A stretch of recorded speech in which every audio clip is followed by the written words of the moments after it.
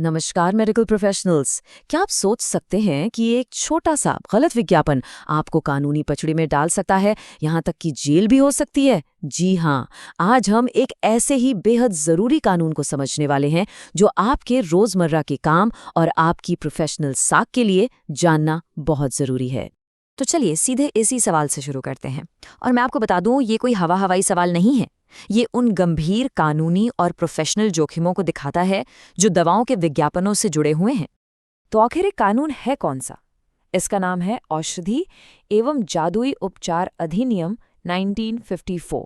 और इसका मकसद दोस्तों एकदम साफ है, आम जनता को उन झूठे और भ्रामक विज्ञापनों से बचाना जो न सिर्फ उनकी जेब खाली करते हैं बल्कि उनकी सेहत के साथ भी खिलवाड़ करते हैं।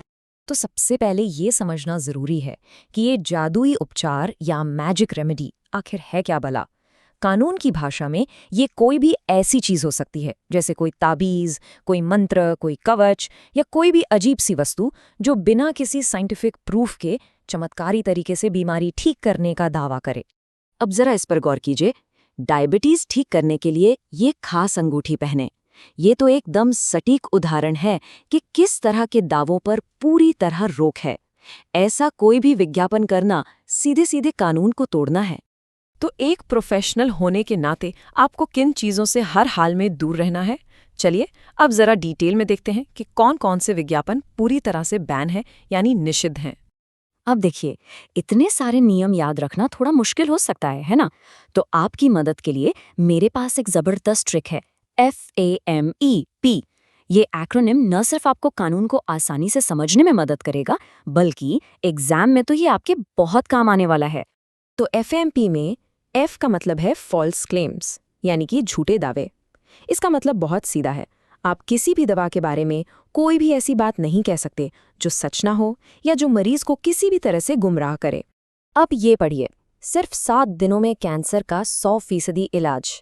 जरा सोचिए, ये कितना ज्यादा खतरनाक और गैर जिम्मेदाराना दावा है।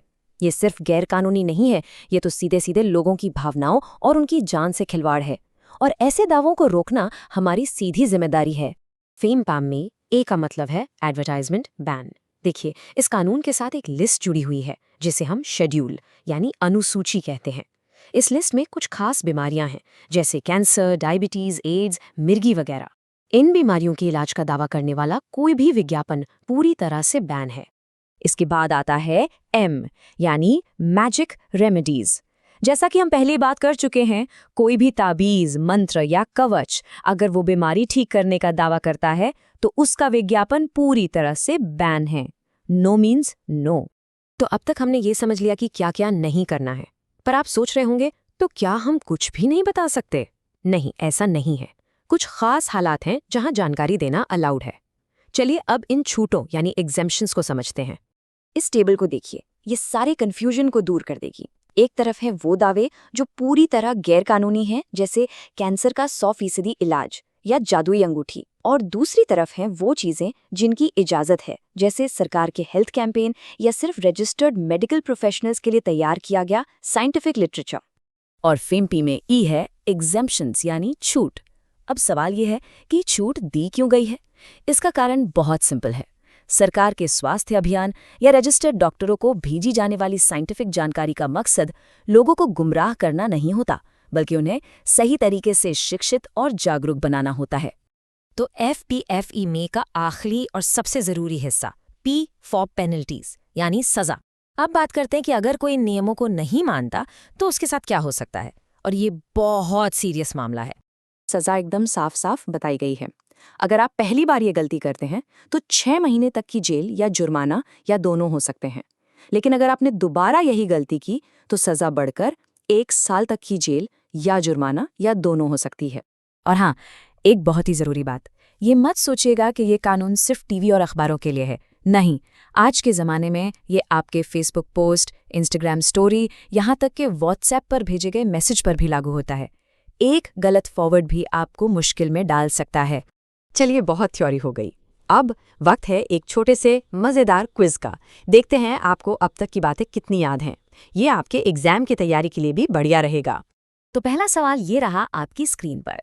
जरा याद करके बताइए, शेड्यूल के हिसाब से इनमें से किस बीमारी के इलाज का विज्ञापन करना मना है? जी हाँ, बिल्कुल सही जवाब है बी, मधुमेह।